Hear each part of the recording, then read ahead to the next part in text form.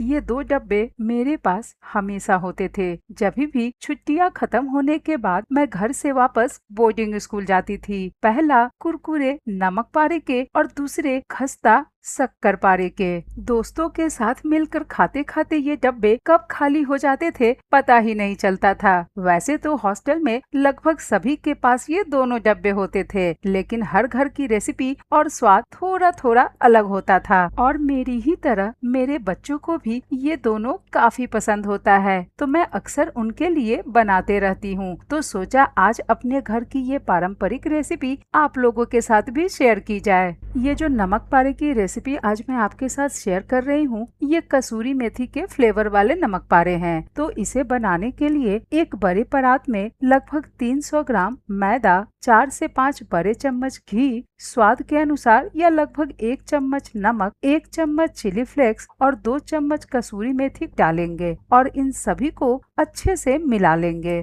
घी को मैदे के साथ अच्छी तरह मिलाना बहुत जरूरी होता है। इसी से नमक पारे बेहद खस्ता, कुरकुरे और लेयर्ड बनते हैं। अब इसमें आधा चम्मच कलौंजी यानी कि मंगरेला और आधा चम्मच अजवाइन डालेंगे। अजवाइन को हाथों से थोड़ा क्रश करके डालिएगा। इन दोनों से नमक पारे का स्वाद और खुशबू कई गुना बढ़ जाता है, तो इसे जरूर डालिएगा। थोड़ा सा मैदा हाथ में लेकर इस तरह से मुट्ठी बांधकर चेक करेंगे। अगर मैदा दबाने पर इस तरह से बंध जाए तो समझिएगा कि मोयन बिल्कुल सही है। अगर मैदा नहीं बंध रहा है तो 1 से 2 चम्मच घी और डालकर दोबारा इसे अच्छी तरह मिला लीजिएगा। अब इसमें थोड़ा थोड़ा करके पानी डालते हुए मैदे को सिर्फ एक जगह इकट्ठा करेंगे। इसे रोटी के आटे की तरह बिल्कुल भी हमें नहीं गूंथना है। ऐसा करने से ग्लूटेन कम डेवलप होते हैं, जिससे कि नमक पारे सख्त नहीं बनते हैं, बल्कि तलने के बाद भी काफी लंबे समय तक खस्ते और कुरकुरे बने रहते हैं। बिल्कुल इस तरह का डो हमें चाहिए। फिर इसे ढककर 15 से 20 मिनट के लिए सेट होने देंगे।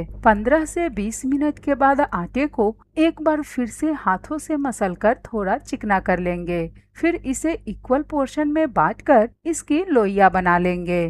फिर इसे मीडियम थिकनेस का बेल कर अपने पसंद के अनुसार डायमंड या स्क्वायर शेप में काट लेंगे, जिससे कि हर नमक पारे एक जैसा दिखे और इसे फ्राई करने में भी आसानी हो।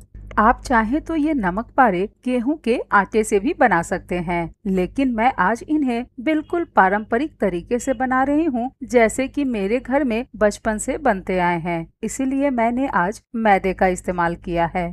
ये नमक पारे की सबसे अच्छी बात होती है कि आप इन्हें एक बार बनाकर एयर टाइट डब्बे में रख दीजिए। फिर जब भी आपको हल्की फुल्की भूख लगे या चाय के साथ कुछ खाने का मन हो तो बस डब्बा खोलिए और मजे से खाइए। नमक पारे ऐसी रेसिपी है जो लगभग हर इंडियन घर में बनती ही रहती है, लेकिन हर घर का स्वाद और बनाने का तरीका थोड़ा अलग होता है। तो इन नमक पारों को शेप देने के बाद इसे मीडियम हॉट ऑयल में सुनहरा और कुरकुरा होने तक तल लेंगे।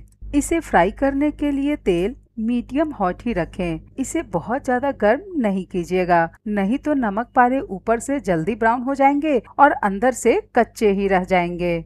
इसके साथ ही इसे ऑयल में डालने के बाद कुछ सेकंड तक बिल्कुल भी नहीं छूइएगा। इसे थोड़ा सेट होने दीजिएगा। फिर गैस का फ्लेम लो टू मीडियम करके थोड़ी थोड़ी देर पर इसे पलटते हुए फ्राई करेंगे, जिससे कि नमक पारे सभी तरफ से बराबर फ्राई हो और इसका कलर सभी तरफ से एक समान आए। जब ये सभी तरफ से सुनहरे, खस्ते और कुरकुरे हो जाए, तब इन्हें टिश्यू पेपर पर निकाल लेंगे ताकि इनका एक्स्ट्रा ऑयल आसानी से निकल जाए। इसके बाद इसे पूरी तरह ठंडा होने देंगे। ठंडा होने पे ये नमक पारे और भी ज्यादा क्रिस्पी और खस्ते हो जाते हैं। अब इन्हें एयर टाइट डब्बे में भरकर लंबे समय तक आराम से आप स्टोर कर सकते हैं। नमक पारे बनाने के बाद अब देखते हैं कि मेरे घर में शक्कर पारे कैसे बनाए जाते हैं। तो इसके लिए 1 से 1.5 कप चीनी को 1 कप पानी के साथ चीनी के घुलने तक गर्म करेंगे। यहाँ पानी को उबालना नहीं है, ना ही इसकी 1 या 2 तार की चाशनी बनानी है। बस चीनी पूरी तरह घुल जाए, इसे इतना ही गर्म करना है हमें। चीनी की क्वांटिटी आप अपने टेस्ट के अनुसार कम या ज्यादा भी कर सकते हैं। जब चीनी पूरी तरह से मेल्ट हो जाएगा, तब इसमें 1 कप घी डालकर घी के मेल्ट होने तक इसे पकाएंगे। फिर गैस का फ्लेम बंद कर इसे हल्का गुनगुना होने के लिए रख देंगे। अब एक परात में 4 कप मैदा, 1 से 2 चुटकी नमक, आधा चम्मच इलायची पाउडर और 1 चम्मच सौंफ को हल्का क्रश करके डालेंगे। फिर इन सभी को अच्छे से मिला लेंगे। अब चीनी, पानी और घी वाले घोल को थोड़ा थोड़ा करके मैदा में डालते हुए मिलाएंगे। हमें इसे रोटी के आटे की तरह मुलायम नहीं, बल्कि हल्का सख्त और स्मूथ डो तैयार करना है। ऐसा डो बनने से शक्करपारे तलने के बाद अच्छी तरह फूलते हैं और ये खस्ता बनते हैं। साथ ही इसमें कुरकुरापन भी आता है। तो शक्करपारे का ये डो हमें इसी तरह से हल्का सख्त और स्मूथ डो चाहिए। अब इसे ढककर 15 से 20 मिनट के लिए रेस्ट करने देंगे। इससे मैदा मॉइस्चर को अच्छी तरह सोख लेता है और डो सेट हो जाता है, जिससे ये बेलते समय न तो टूटता है और न ही सिकुड़ता है। 15 से 20 मिनट के बाद इस डो को हल्का मसलकर इक्वल पोर्शन में डिवाइड कर चिकना कर इसे मीडियम थिकनेस का बेल लेंगे। फिर इसे अपने मनचाहे शेप, डायमंड, स्क्वायर या रेक्टेंगल में काट लेंगे। सभी के शेप और साइज एक समान रखिएगा, ताकि सभी एक समान फ्राई हो। फिर मीडियम हॉट ऑयल में धीरे धीरे करते हुए ये शक्करपारे डालेंगे और डालने के बाद कुछ सेकंड इसे बिल्कुल भी नहीं छूइएगा। थोड़ी देर इसे पकने दीजिएगा। इसके बाद गैस के फ्लेम को